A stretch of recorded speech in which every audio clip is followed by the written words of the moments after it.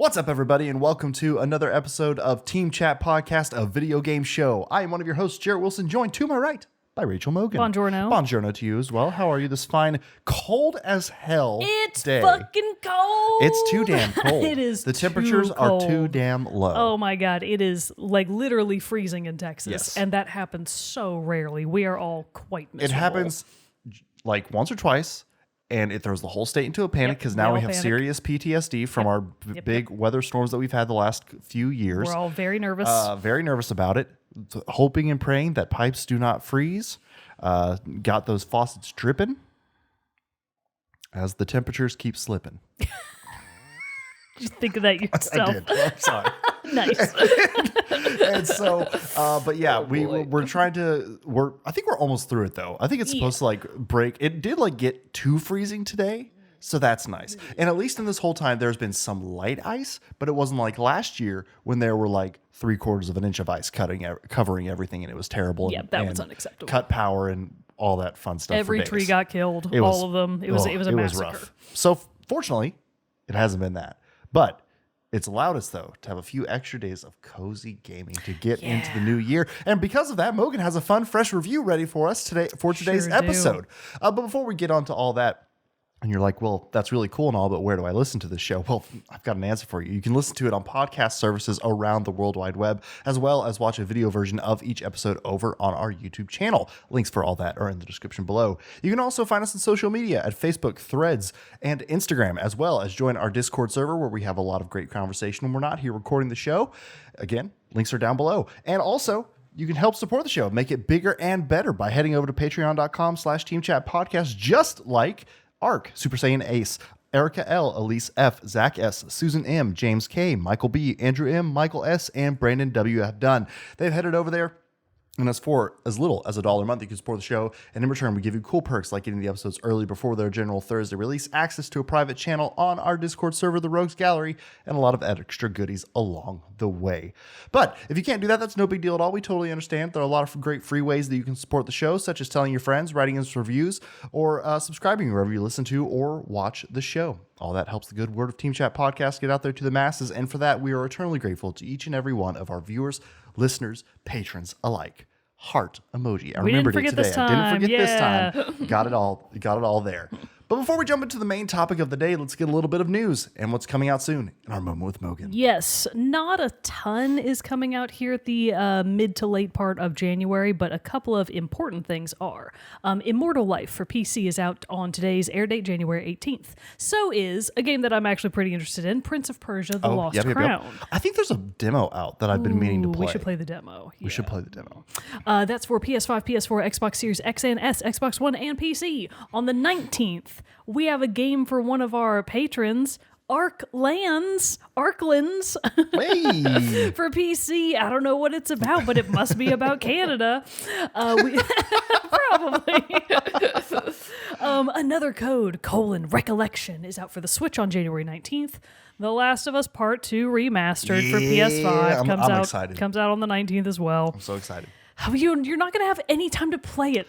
Other more important stuff is coming out at the end of the month. I know, but I think I could. I am debating doing another playthrough. It's so story straightforward that I feel like you actually probably could blast through I already know that with The Last of Us games, there's no chance in hell I'm platinum it because you have to do it and beat the grounded mode, which is like the super hard mode. And I'm like, no way. There's no way in hell I could do that. So I'm very fine with just like playing it again. But it has been, it came out, 2020? So like it's been a few years since it came out. And I'm ready to be heard again. But still, there's like those lost levels that are going to be added to it. So new levels to play through. That's cool stuff. Sure, I knew about that. The roguelike mode is going to be really cool too. And they even added a free play guitar mode where you can play Ellie's guitar and just play whatever you want. That's actually what's really cool is they added in like you can do it and play as like any character in the game, but they also added the composer. As a playable skin. That's cool. I like that. When you're playing the guitar. Yeah, that's it's pretty fun. sweet. So I'm excited for that. I think it's got some cool, neat additions. Nice. And everything. But I don't know when I'm going to get to play it because my parents are in town this weekend. So going to have to wait. Well, make your parents play it. That's true. I'll be like, Dad, there's this you watch the show. Now here's part 2. I'm giving you the sneak peek before HBO is ready for you. It's going to be 2025 anyway until that happens. So we might as well play the game now. there was secondary bit of news to that. They are also releasing a Grounded 2. Remember they made that making of documentary for The Last of Us called Grounded? They're making Grounded 2, which is about the making of about Last of Us Part 2. That's very cool. I'm not sure when that's coming out yet. I saw the announcement of it, but forgot the date. So I'll have to go look into that. But still, I'm very excited about that too. So Everybody Last of Us loves cool behind the fans, scenes stuff. oh yeah, we're eating well. Graven is coming out for PC on January 23rd. So is Howl for PS5, Xbox Series X and S only. Like a Dragon, Infinite Wealth. There are so many Like a Dragon and Yakuza games now. I truly cannot keep track of them. And they look wild. I don't know if this is DLC, if this is its own standalone I feel like it's game. its own standalone game. Anyways, it's for PS5 and 4, Xbox Series X, S, and 1, and PC on January 24th. A game that I actually kind of care about, Apollo Justice Ace Attorney Trilogy. I believe these are Switch ports from the DS games. I actually never got into the Apollo Justice games. This is like Phoenix Wright's successor. And I was like, that guy looks dumb because he had stupid hair, but they all have stupid hair. So I unfairly judged him. And I feel like now is my ironic because it's all about judgment and the justice system. True. Anyways, that's coming to Switch on January 25th. Under Night in Birth 2 C's Celeste. Oh my god.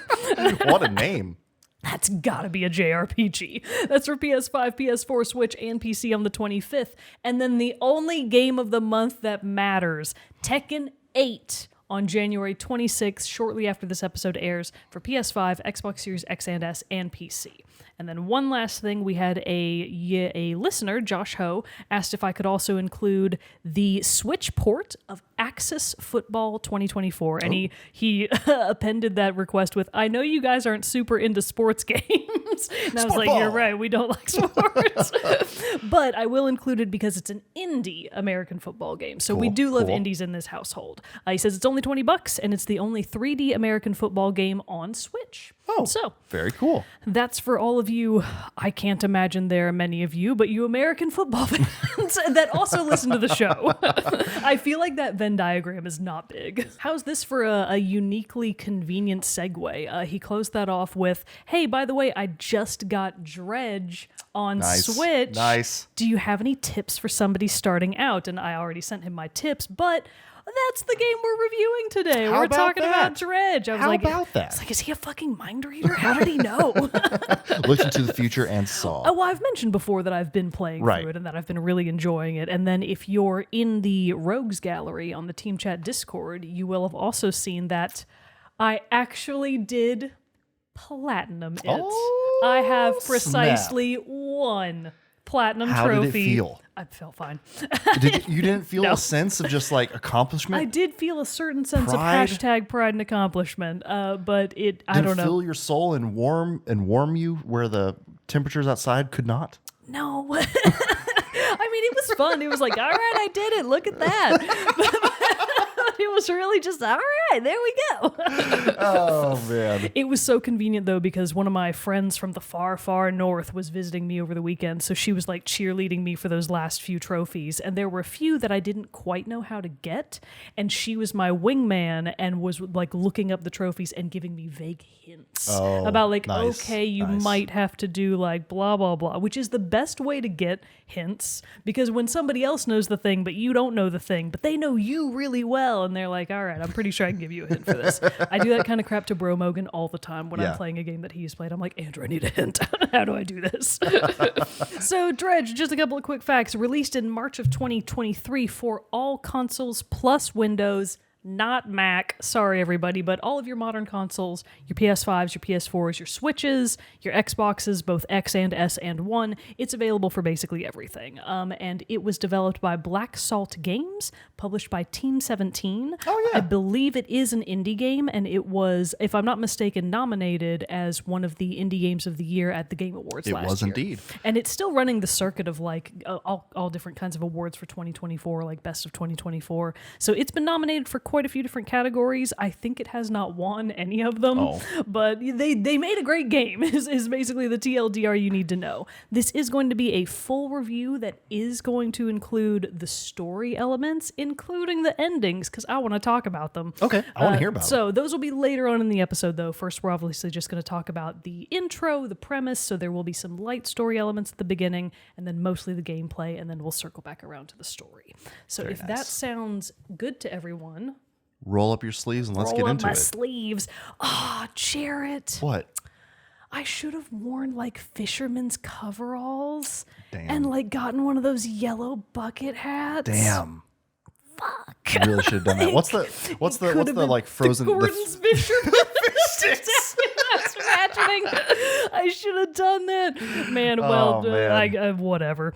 So let's talk about Dredge. So Dredge is, at the most basic level, a fishing sim, which I have always enjoyed fishing sims, specifically on mobile. Back when I was still really active in playing and reviewing mobile games, there were loads of fishing sims knocking around. Actually, I still have one on my phone, which I think is called Creatures of the Deep, which is very Dredge-esque. I mean, I'm sure mobile port. I'm sure the title kind of says it all. It's very, not very, but it's similar in scope to Dredge. But that's really kind of as far as my involvement with true fishing games goes, beyond your fishing mini games. So many games out there, Right. Monster Hunter included of all things, have fishing mini games built right in, and for most people, that is hashtag skippable content. For me, it is one of those. I'm one of those people. Most people are not interested in the fishing games, the fishing mini games, but loads of people love pure fishing sims, and I definitely get the appeal. It is a genre filled with both knowledge of fish, which I really enjoy. I just like learning about fish, especially when they're real ones. Like, where is the ocean sunfish's environment? I want to learn more about this creature. It has a counterpart called the moonfish. Well, tell me about the moonfish. I love that kind of crap. That's why Assassin's Creed's discovery mode always sounds so fun to me, because I'm like, the gameplay part, boo. The learning part? How have we not just like sat down and watched like Our Planet or stuff like that? I Blue love that Planet, shit. I love those shows. Yeah, same. Which you can understand why that might lead people to a game like Dredge. But Dredge has more going on beneath the surface. Ooh, Nice. get it? Spooky. Because it's literally Spooky. called Dredge. Anyways, what's really going on is you're a fisherman, and you roll up on this little island town called the Marrows, and it's got a little counterpart right across the channel called Little Marrow, and there's a couple of different archipelagos all around that of various sort of biomes and configurations. There's Devil's Spine up in the... My cardinal directions suck so hard. Up in the northeast, there's Twisted Devil's Spine? Devil's Spine Twisted Strand in the... No, I don't need your help. No. I saw these things. And then postcards. Look at those fun postcards. We had the website pulled up because I was going ahead and pulling the these art are for our, super fun. our thing. But they have like a whole downloadable section of like postcards. These are of all actually the different really locations. cute. Yeah, they're very cool. Those are adorable. Yes, so there's Devil's Spine up in the northeast. Twisted Strand is right across the way to the northwest. Gale Cliffs is in the southwest. And Gale Cliffs is the southeast. Stellar Basin is the southwest. Anyways, it's described as an open world game by certain outlets, which I want to go ahead and say I don't think is fully accurate. Yes, you can sail around the archipelagos and there is a certain amount of open ocean. I would not call it an open world game because the area that you can go to is quite contained. So even though you can theoretically sail all the way off the map into open waters, I did do that. Bad things did happen. Oh, no. So you actually can't. So, like giant, is it a storm? Giant sea monsters come and destroy you? Porcano Los Dos. Oh, no. It was a double It's whammy. both. It was bad. Actually, I'll talk about it more later, but that was the one true jump scare in the game. Oh. And Skinner was with me. We were both on the couch, and as soon as it got me, we both jumped out of our skin. It really did actually scare us. We were like, Jesus fucking Christ. But so you are a fisherman. You arrive on the Marrows, and you are the new fisherman in town because some unnamed reason took the previous fisherman out of commission. And the town is really small, and it's clearly like a struggling, dying little sort of nowhere. What's the word I'm looking for? Dreary. It's a dreary, dying village. So they've got a fishmonger, they've got a shipyard with one engineer, they've got a mayor and a lighthouse keeper, and a man called Grieving Father. He doesn't actually get a name. He's just Grieving Father. Just sad. And that's pretty much it. That's all there is. Your main points of contact are the mayor and the fishmonger, who you have to go and see basically every day to sell your catch. But the mayor kind of introduces you to the local people, and he's like, great, well, if you stick around and catch loads of fish for us and bring your catch in, you'll be helping bolster the economy of the town. You'll be good for everyone. But everybody's like pretty standoffish. You know, I wouldn't really describe anyone as particularly warm. They're clearly people that have lived rough lives. Sure. And they continue to live rough lives out here on the waters, pretty much away from all civilization except for their very insular town. But you get a boat on loaner from the mayor because something happens to your boat in the very, very beginning. I don't honestly remember what. Something fucks your boat up. And then the mayor's like, oh, don't worry, pal, I've got this other boat I'll loan you. So the very beginning of the game, your objective is to sell enough fish to pay off the loan for your boat. Okay. So you immediately head out onto the waters. Your boat is rickety, small, and you are not able to catch many different types of fish because the mechanics of the game are very highly constrained around what equipment you have on your boat and just sheer size, how big your hold is. How many fish can you physically fit into your hull, which is represented on a grid. So anytime you open up any of the start menus, you will instantly see, just as a flat 2D plane, the inside of your hull, which includes slots for your reels, the various types of reels you can have. Later on, when you eventually get trawling nets, and what's the third one? I always forget. Trawling nets, like traps, reels. You do get crab pots. They do take up space in your inventory, but you kind of like cast them out, so they don't always take up space in your inventory. But you don't have any of that when you start out. You have an old rod, and it is not very good. that was going to be my question. Just because, like, you know, I've seen the images and stuff like that, but I haven't seen much in like some trailers and stuff, but I haven't seen a lot of gameplay for it or anything. Is it really, that was my big concern. I know you had, or not concern. Question. I knew you had the boat, but is it like, are you just throwing nets? Are you like fishing with the rods? You or are like just fishing with nets like and throwing crab pots and eventually trawling. But the fishing is represented by little fishing mini games, which, as a person who enjoys the fishing mini games, that's right up my alley. Sure. They're basically little QuickTime events. So anytime you take your boat out, first of all, an interesting mechanic happens that I've never really seen done quite in this same way in either a fishing or life sim. Obviously, it does have some life sim elements to it. So there is a day-night cycle, but time only progresses when you are in motion. So like when you cast off in the morning from any dock, or at night or whenever you cast off, unless you are physically moving the boat with the analog sticks, time does not progress. Isn't that kind of like Spiritfarer? Didn't it do that? Like it would like progress, remember. and then like when you got to like a place to like stop and like build things, it would kind of freeze time. But now I don't. Maybe I blocked that game out. that mechanic sounded somewhat familiar. I played it so much, and then as soon as I was done and didn't like the ending, I just kind of purged like, that you're like, information no, don't need from that my anymore. brain. So I don't remember, but in Spiritfarer, you didn't really control the boat per se. I mean, you kind of did. You like told it where to go, Yeah, like you the told it where to direction go. and stuff like that. But it's not like you're rowing the No, boat. you weren't actively moving the ship around. And in Dredge, you do. Okay. So your view the entire time is a semi-top-down view of your boat through the water. You can obviously move the camera all around, but most of the time you're going to be kind of looking top-down so that you can have a good field of vision of the fishing spots that are around you. So you can just visibly see on the horizon any open fishing spots because they're just little blurbling, bubbly spots on the surface. And then you also have a very important part of your kit that I drastically underutilized in the early game, your spyglass, your little telescope. So when you stop moving and you break out your telescope, you can just sort of hover over any fishing spot and it will tell you what type of fish is there, which is so helpful later on for stopping in one spot, doing a full 360 view of all the fish in the area to a certain extent. Obviously, it's not an infinite range, but pretty far out, figuring out where all the fish are so that you can properly plan your day for maximum fish optimization. Because fish are worth different amounts. You know, when you bring them back to the fishmonger, obviously really common fish like cod or grouper, those really aren't worth that much. But you bring in a hammerhead shark, that bitch is worth money. And it's one less shark in the ocean. Yeah. I forgot you hate sharks. I respect them with fear. I keep a safe distance. We have a mutual understanding.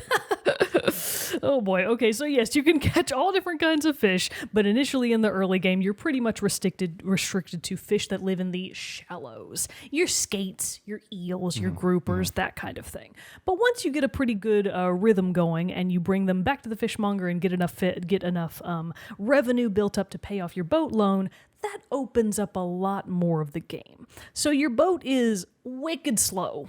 Your engine heckin' sucks. Yeah. Your rod is like probably not great, but that's what the shipyard is for, because the shipyard has all these different upgrades for your engines, your headlights, because if you're out fishing at night, you desperately need them. Obviously your rods, your trawl nets, your crab pots, all of that's available through the shipyard. Then you also have sort of an upgrade tree, which is how you get bigger upgrades, like increasing the amount of spaces in your hold, just sheer cargo expansions, which are extremely helpful, especially when you've got your hammerhead sharks, for example. The hold cannot contain many hammerheads. It's really only got enough space for 2, maybe 3 if you get really creative. Yeah. Otherwise, you're going to have a light load, but it's going to be worth a lot of money. So it's this really nice balancing act of what are you going to put in your hold, making sure everything fits perfectly because you can rotate all the different shapes. It's almost like Tetris. It's like fish Tetris. It's like, okay, I got to figure out, I can put this one over here, and then I can move the crab pots over here, and then I can put that fish up in the corner because it's just a little tiny fish. And that kind of stuff is such dopamine for my brain. I'm like, yes, perfectly slotted squares. Bits of organization. Just and stuff minute like that. bits of organization. I love that shit. I can understand that if that weren't your jam, this game would probably suck. But for me, I love it.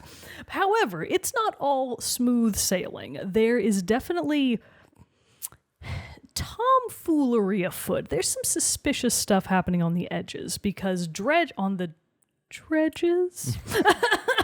Anyways, there's some stuff happening on the periphery that you're like, oh, that can't be good, because pretty much as soon as it gets dark out, and the in-game clock is 1800, which I believe is 6 p.m., so they're clearly on a northern schedule because that's when the sun goes away, and I'm like, what? But we still have so much day left. This can't be right. As soon as the sun goes down, and I believe this is what was sort of the spurring the inciting incident that leads you to the Marrows. When the sun goes down around these archipelago, a wicked fog rolls in, like super, super thick fog. So if you're out at night, even with your brightest headlamps on, you can barely see in front of you. And then add on top of that, sometimes it rains, sometimes the water is really choppy and you can't even really get a good idea of where you're going. It gets pretty dicey out there, so it's not really good fishing conditions.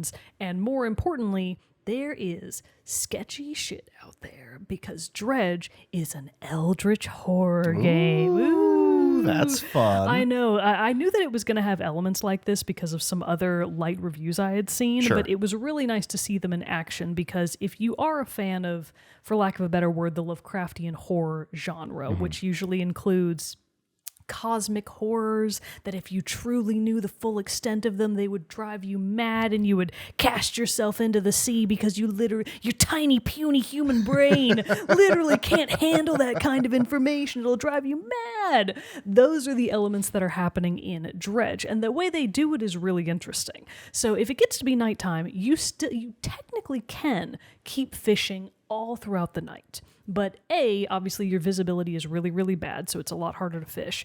B, shit will come and get you. Like there's stuff out there and it will come and antagonize you. There are hostile creatures out there. And worse, every time your fisherman kind of gets startled by something, or even if he's just awake for too long, he starts to go sea crazy. He starts to get the cabin fever, for lack of a better word. And it's represented by like a gradually widening eye icon up at the top of the screen where the day-night cycle timer is. So the wider the eye gets, it like kind of gets a little crazy looking.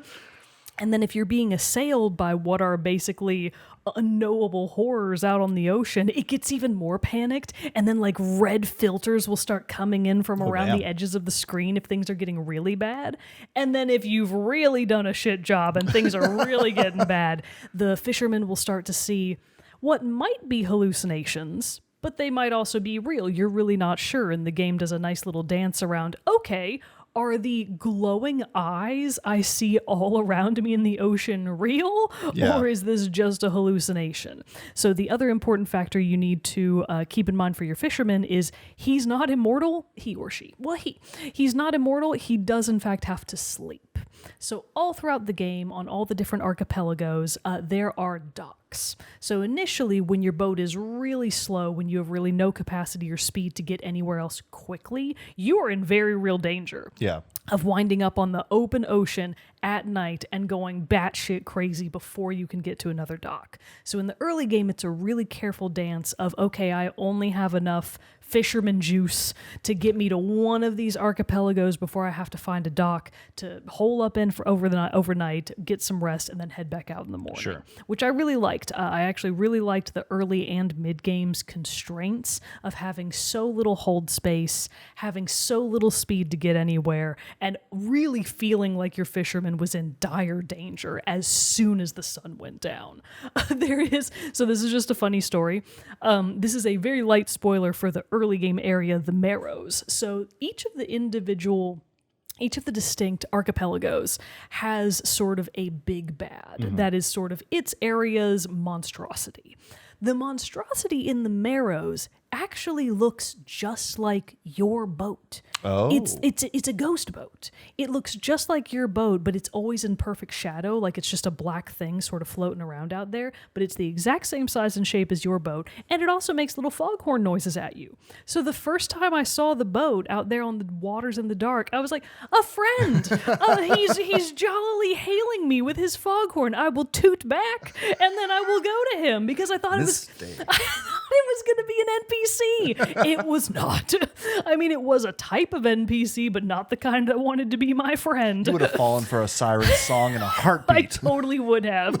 So I got out there and it was like bam, and it just kind of rams into you. And anytime any of these threats do like physically run into your boat, it does your hull damage. And you can only take, I think it's represented by slots in your hull. You can only take a certain amount of hits before you lose the game, before your ship breaks apart. I was going to ask if there was a way to like game over, quote absolutely. unquote. And I've actually done it a number of times. Many in the early game, just because my visibility was so bad. And at night, the sort of mysterious demonic fog causes rocks to appear where there previously weren't any. So even if you know the map really well, the fog is so thick, if you're gunning it and you're not paying attention to where you're going, you might smash into a rock that wasn't there before. And if you're going fast enough and you do enough damage, you're just screwed. Oh, damn. So I have game overed quite a few times. Some of it was just me being stupid and just like bonking against rocks when I clearly could have avoided them. Other times it was like I'm fleeing the ghost boat that I now know is not my friend. I'm gunning it back to the Marrows dock, but I don't see the rocks and it's too late and I'm breaking apart on him. And it's like, fuck. Now, other stuff does happen to your hull if you take damage but don't game over. All kinds of bad stuff can happen. So if you take damage, it's just sort of randomized chance of where that damage goes on your inventory. If you get a damage spot over one of your reels or your engine, it can disable your engine. Oh. It can disable your reels, so you're still technically out there, but you can't fish anymore. Getting your engine disabled is the worst. Because you think you were going slow before, bitch, you ain't even fucking moving now. I mean, it's the And you don't have sails. No, and it's so scary. It's the slowest crawl. Like, if you take damage, and it knocks out one of your engines, and you're actively being pursued by an evil thing, you're like, I'm dead. I'm just dead. It's gonna Accept get it me. now. I just might as well accept it because you're absolutely gonna die. But if you take damage, it could dislodge some of your catch. So if you caught a really expensive fish and then you take damage, that fish might go overboard, and you're like, oh god. So does the chances of something bad happen increase as the more expensive fish you get? No, that has no bearing Or is it on okay? it. It's not like No. I'm loaded up with hammerhead sharks. I've got 10 of them in my No, hold right I wouldn't. now. That really has no bearing on it. Okay. Really, it's nighttime. Nighttime is when all the danger it. happens. And then the individual archipelagos, they're not necessarily hard-coded into the game this way. Like, you can sail to any of them at any time, but there is a certain story progression to the game that it suggests. It's like, hey, I need you to go get me this thing. It's over here in Gale Cliffs.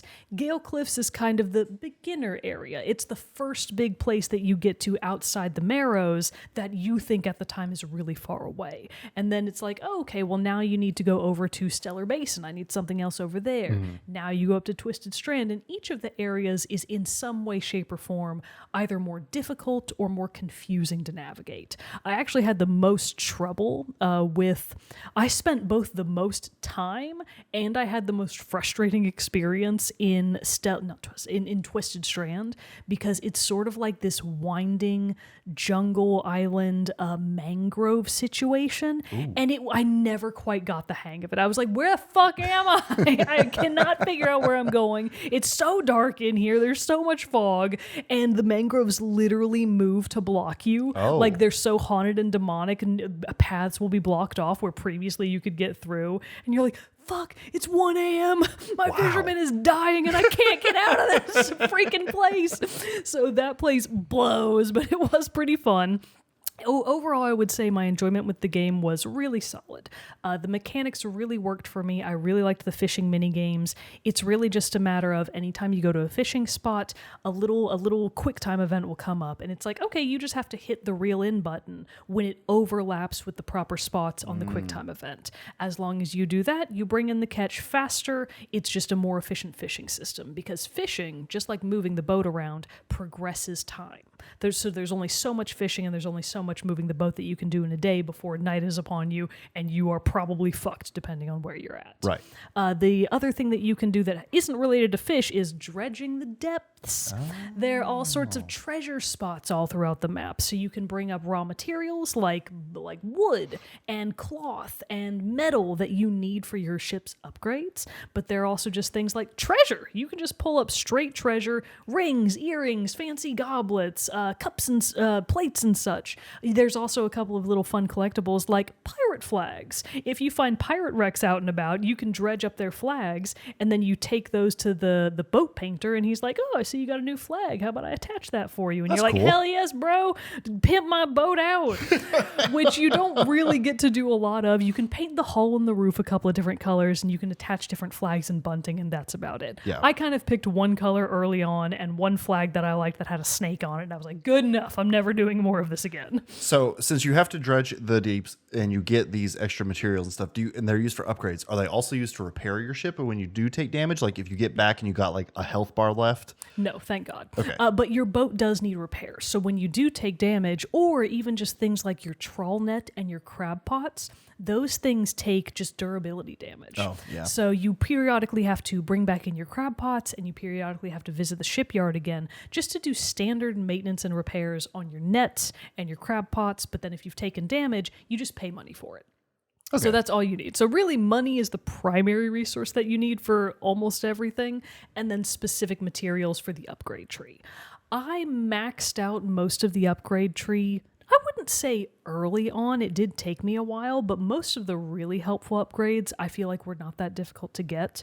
And as long as you're engaging with other NPCs and with some of the game's side quests, that's a much faster way to get the materials and the research parts that you need to do the bigger upgrades for your boat. Okay. So make sure that you're actively looking for the NPCs. The game has a very low res, like low poly look to it, which means that it's kind of hard to tell when things in the distance distance are actually a thing Yeah. versus just some trees that look kind of neat. So you really have to be actively looking around for stuff because the map won't just tell you when something is around that's maybe worth investigating. So it helps to actually use your eyeballs and not just heavily rely on the map when you're looking for all of the different points of interest out on the high seas. Obviously, I got the platinum trophy, so I completed all of the side quests. I did have to cheat and look up 2 of them because they were missing from my board entirely, and I was like, what the fuck are they? And then I looked them up and I was like, oh, I just literally didn't look hard enough for them. They weren't even that hard to find. I just blazed past those sections. So I was like, shit, if I had just looked, I clearly would have found them. So use your eyeballs, look around. There's all kinds of stuff out there. Worth poking and prodding at. All kinds of creepy things for you to find. Which, speaking of creepy things, one of the game's most fun aspects is filling out your fish encyclopedia.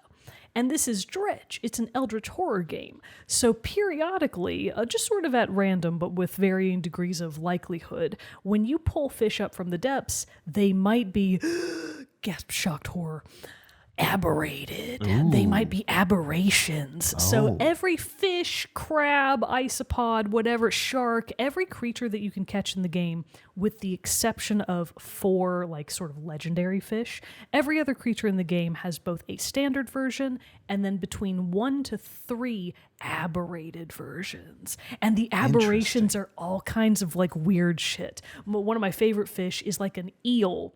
But when you catch its aberrated version, it's eels at both ends. It's a cat dog situation. Oh man, cat dog. It's a cat dog, but it's eels at both ends. And there's another thing called like the void fish, and it looks like a normal fish, but then there's just this sort of spiraling black hole in the middle where there should be a continuous fish. Some of them come out like really gelatinous and slimy, and they're full of extra eyes. Ew. The anchovy aberration is like, you know, the urban tale of the Rat King, yes, where a bunch of rats get together and their tails get wrapped up, so it becomes like a giant rat king. Yeah. It's that, but an anchovy. Oh god! I'm like, oh god, he's horrible. They're largely very gross, and some of them are very cool. The crabs, especially, like I love crustaceans, but a lot of the crabs got some really cool designs. So finding a new aberration is always so exciting because whenever you catch a new fish, aberrations included, you get this nice little satisfying little piano riff that plays, and it pops up on the screen, and it does like a little banner of like new fish acquired. It'll show you the fish and show you its name, and then you go to your encyclopedia and read up on it, and you're like, ah, god, fish, so cool. If you're me anyways. So that's the game's basic premise. You are a fisherman, you go out and about, you catch all these fish. Things get progressively worse as you go, as you catch more aberrations, and you start to uncover more of the story elements. Okay. So let's talk about the story. All right, let's do it. So I will say, as a whole, it's not like a really super in-depth narrative, but I think it does a really good job of being like artistically subtle about what it's trying to say. Because a lot of cosmic horror and eldritch horror, they really beat you over the head with this shit. And it's like, bro, that's not the point. The unknown is the scary part. The less you say, the more scary this shit is. And I feel like Dredge really towed that line very well. So as you're the fisherman and you're going around and you're inspecting the other islands, you will inevitably come across a weird dude in a house. He's out here on this like semi-abandoned mansion all alone on his lonely little isle, and you're like, hey bro, what's up? And he's like, oh, hey, how's it going? And even his character art, which the NPCs don't really move, they're not necessarily animated, but they do have some light voice acting, mostly just like hums and haws and grunts and whatnot. Yeah. But this guy, even in his art, he's got anime villain glasses, where he's got the glasses on, but they're fully glared out, so you're like, oh, that can't be good. You immediately know that he's bad news. What's more, he's holding a weird book, and he seems like he knows things that he probably shouldn't. And the book kind of makes these weird whispering noises, and he asks you if you can help him find, because you've got a dredging rig, you can help him find 5 relics that have been lost to the seas. There's one in the Marrows, there are 4 others in the other archipelagos. So he's like, hey, maybe you go out and get these things for me, maybe I give you some stuff in return. Mm-hmm. So in the early game, it just sort of seems like a little trade-off of, okay, I dredged up this ring. here you go. And he's like, great, I'll give you something in return. And he gives you like weird eldritch power-ups. So one of the things that he gives you is the ability to instantly teleport back to his island, which is very convenient for the game, just from a practical perspective, because once you get the relics, you want to go right back to him. But it's also such a good Hail Mary, get me the fuck out of here. Because if you know you're about to die, you're like, I gotta get out of here. You can just instantly teleport yourself back to that one spot and more likely than not be safe. Good. The other ones are things like, hey, you can use this power it's called atrophy. You can use this power at fishing spots to instantly get all of the fish that you could have gotten out of that spot without having to do the mini game. But that one kind of makes you a little bit insane because it's a little bit of an overabuse of your eldritch powers, more or less. So you have to be careful about that one. And then the others are, you can just go fast, big dash. So it's got a little meter on it, so you can't do it indefinitely, but you can like hold down square as you're piloting the boat, and you get a little burst of raise speed. Up out of the air, exactly, out of the ocean. Almost. But it does put strain on the engines, and more than once I have blown my own engines over abusing the dash, and I'm like, fuck, and then you die. And then the monster's right there, and you're like, shit, I should have done this. So you're bringing back these things, and as you're doing that and you're exploring the other islands, you might also find these messages in a bottle, and they're these letters that you're not quite sure how old they are. You can't really get a sense of time initially. You just know that they took place before. And they seem to all be written by a woman who's talking about both her engagement and her marriage and then her honeymoon with her husband. And she's, initially just really jazzed. She's like, all right, we've had he finally proposed. He took me out to this spot in the water and we gazed up at the stars and he proposed to me and it was so romantic. And then later on, she's talking about the wedding and everything's very happy. But she keeps kind of dropping these little hints of like, ooh, things might not be all great and good. There's one in particular that's like, man, he's really, really nervous about this boat renaming ceremony. He's worried that it like didn't go right, and he's being really uptight about it. I don't really know what that's about. Interesting. Yeah, interesting. And then later on, it's like, we dredged something up today, and it was this weird box. Uh-oh. And they don't really say what was in the box.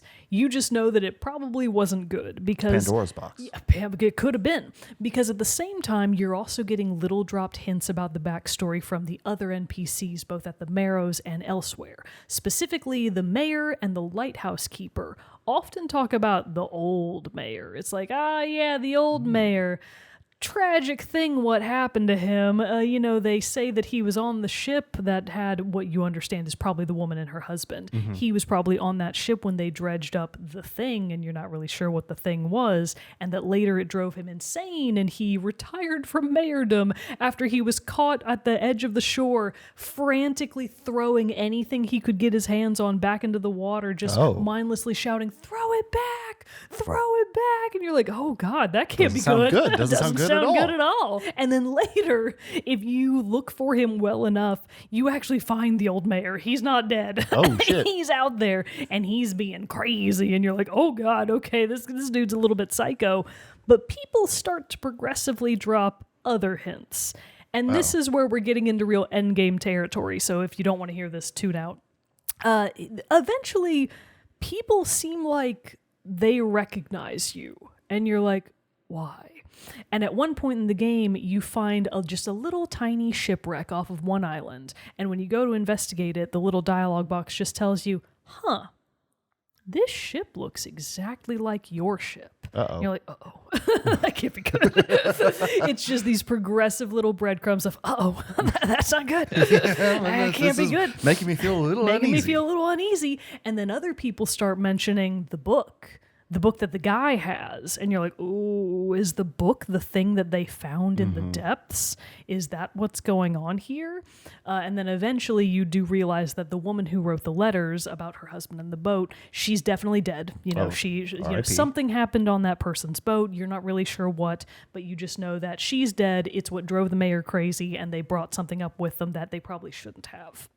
At the end of the game, you kind of figure out what all of this is referencing. So At the very end of the game, when you have given all 5 of the relics to the guy in the mansion, you can decide to either help him. You can give him all of the relics and then do what he asks of, okay, take me on your boat. We're going to go out to this spot in the water, and I'm going to use the book to do a ritual. Uh-oh. Or if you back out and you don't go forward with, his plan after you give him the relics, you can instead go to the lighthouse keeper, who she's been kind of dropping hints about, like, do you finally remember now? Do you know what happened? Oh, because interesting. It's you. You are the person whose boat who dredged up that thing. The woman who wrote those letters was your wife. She's dead, and you've gone insane. There is no man in the mansion. It's a reflection of yourself. Oh. And you're just insane. You've gone insane from this. So you're the old mayor. You're not the old mayor. Not the no, old the mayor. old mayor is a totally separate guy, but Okay. he's really the final piece of the puzzle that you're like, uh-oh, am I the guy? Because he's like talking about you. He's talking to you like you're the problem. And it's like, uh-oh, okay. Wow. I feel like I understand what's happening here. So at the end of the game, you realize that you're the problem. You are the drama. You're the problem. You can either go forward with what you realize is your plan of resurrecting your wife. You can go out to that spot in the water. You can do the ritual, which is doing reciting a certain set of incantations as you throw back her items, her necklace, her ring, her locket, her music box. You throw those into the water, and then if you complete the ritual, she does come up.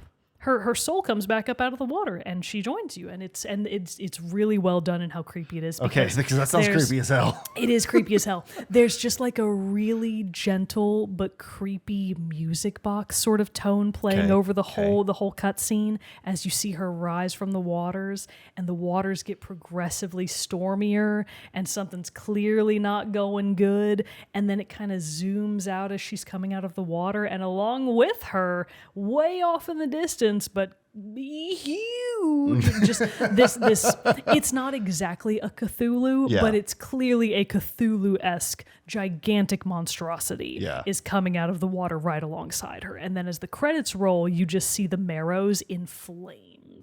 And it is heavily implied that the whatever you brought out of the water... To bring back your wife, you had to sacrifice the whole town. You paid a pretty not even the town. It's kind of implied that thing probably destroys the world. Oh, shit. So you probably did a real bad. You did a real bad there.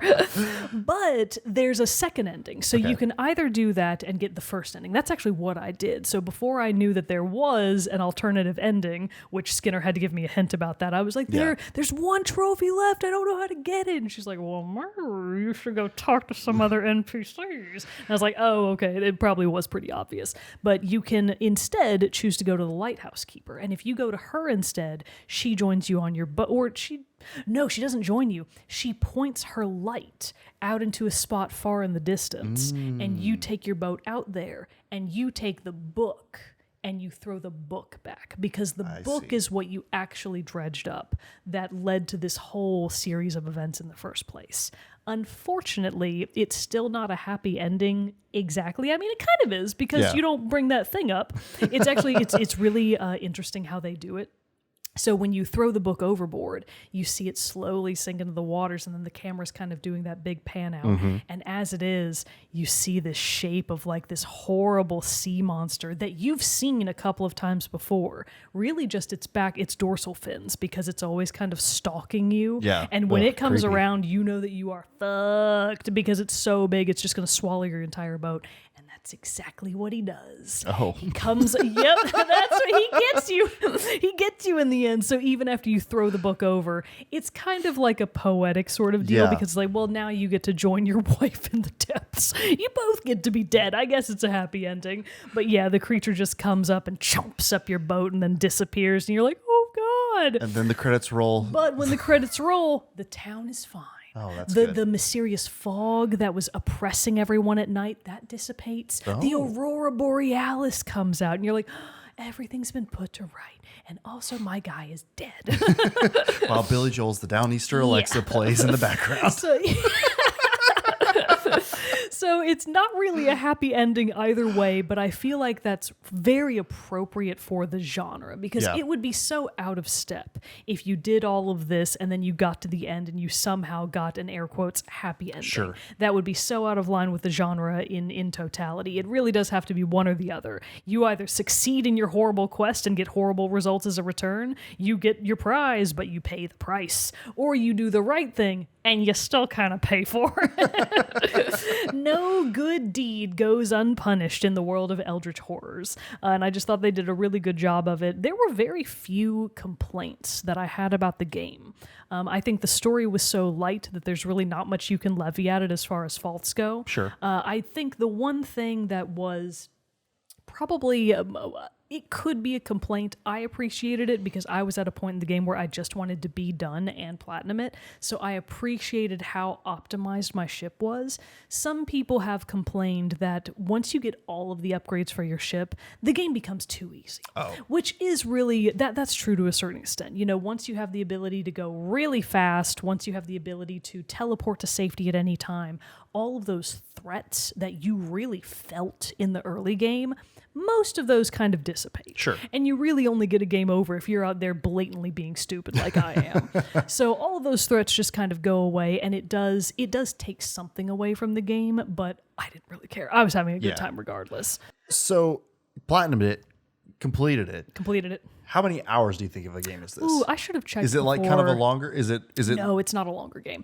I would say I definitely dicked around, and I was obviously trying to get all of the trophies, so I was really taking my time with it. I would say I maybe put 20 to 25 hours into it. Cool. I think you could very easily finish the entire game within 10 to 15 hours. If even that, I mean, if you were really like you just like were straight gunning it. Yeah, if you were straight gunning it, if you were just doing the story, you could probably be done in 5 to 10 pretty easily. So it can either be a very short game or it can be a longer game. But even then, it's not an Assassin's Creed. It's a nice, short, contained experience, which was perfect for the holidays, the winter weather for me. I think this is a great game to just, like we said at the beginning, curl up on the couch, get your blankies all around you, make sure it's nice and dark outside so that when you're going through the nighttime, it's extra scary, and just blaze through it either at your leisure or take it nice and slow. Depends on how you want to play it. Nice.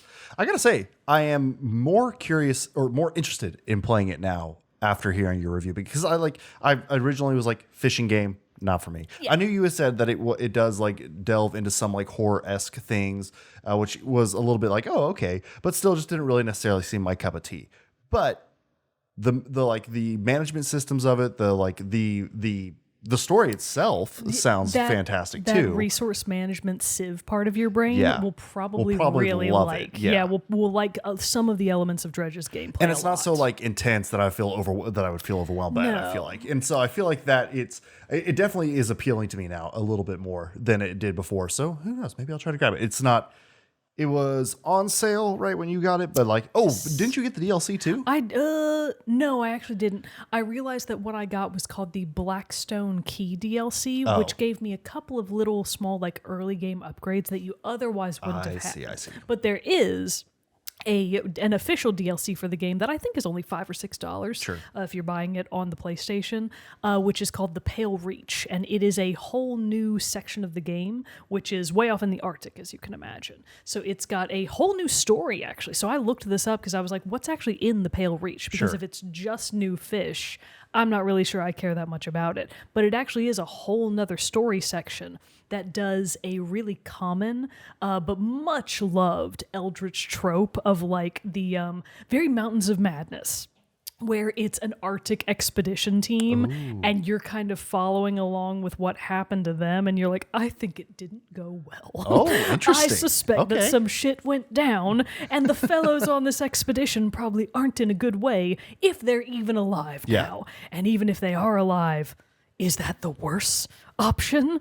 So it seemed like it was a really interesting DLC from a story perspective. I suspect that any fans of Cosmic or Eldritch Horror would probably find it very entertaining. I'm still interested in playing it just because it doesn't add that many new fish, but it did sound like it added a whole new threat to deal with, which sounded pretty interesting to me, and then obviously the story elements. I would recommend Dredge to quite a few, not all gamers. I think a lot of people are not going to like what Dredge has to offer, but if you're in for kind of a chill but lightly creepy, cozy feeling game, I think Dredge is a great choice. I feel like now I might save it until we get back to spooky fall season full. I feel like this is such a good atmospheric game for like cold weather, for like darkness, for cold weather. I feel like that's where this game really shines. If I were playing this in the middle of summer, I feel like it would not have hit the same.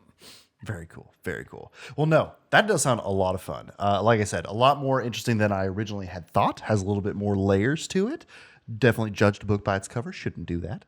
And so, but it sounds like a great game all around. Would recommend. 10 out of 10. Well, maybe not 10 out of 10, but pretty high. Pretty high. Pretty high.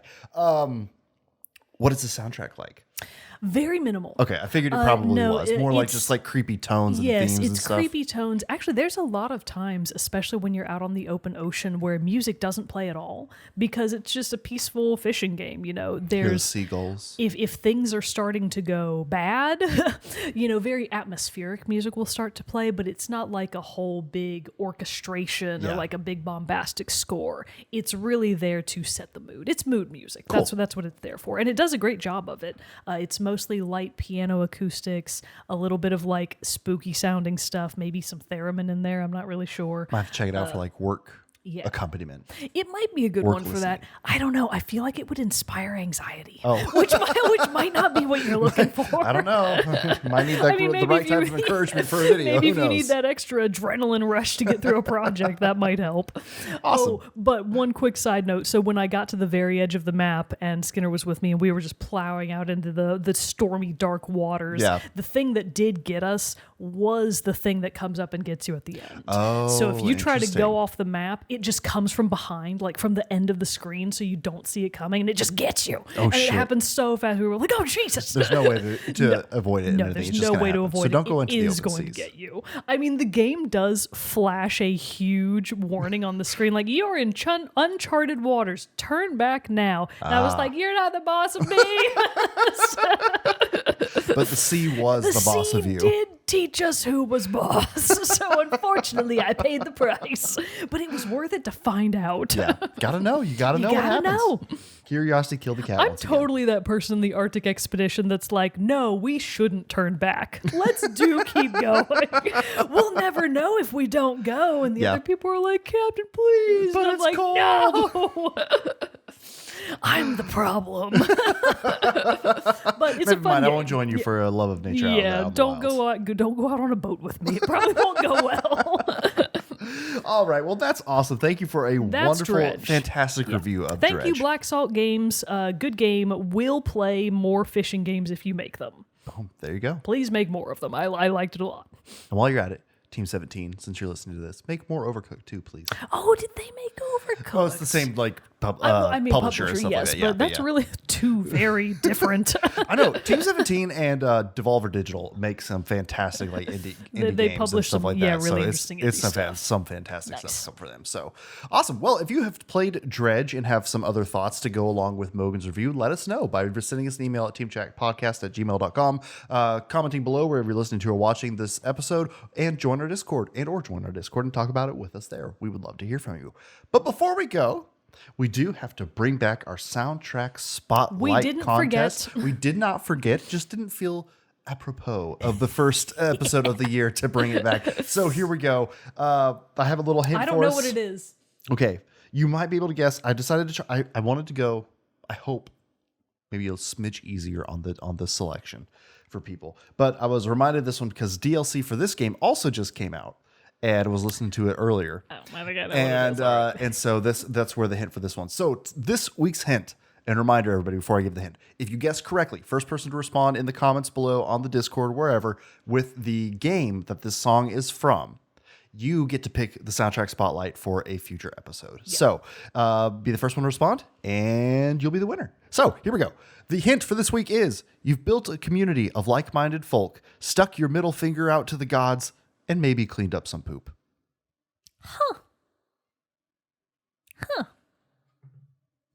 Okay. One more time? One more time Yeah, before we listen? one more One more time before we listen.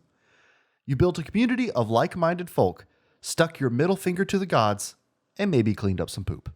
I thought it was going to be one game of like right off the bat when you said the DLC had recently come out for it, and now I don't think that was the correct game. I think I was wrong. All right. Well, take a listen real quick.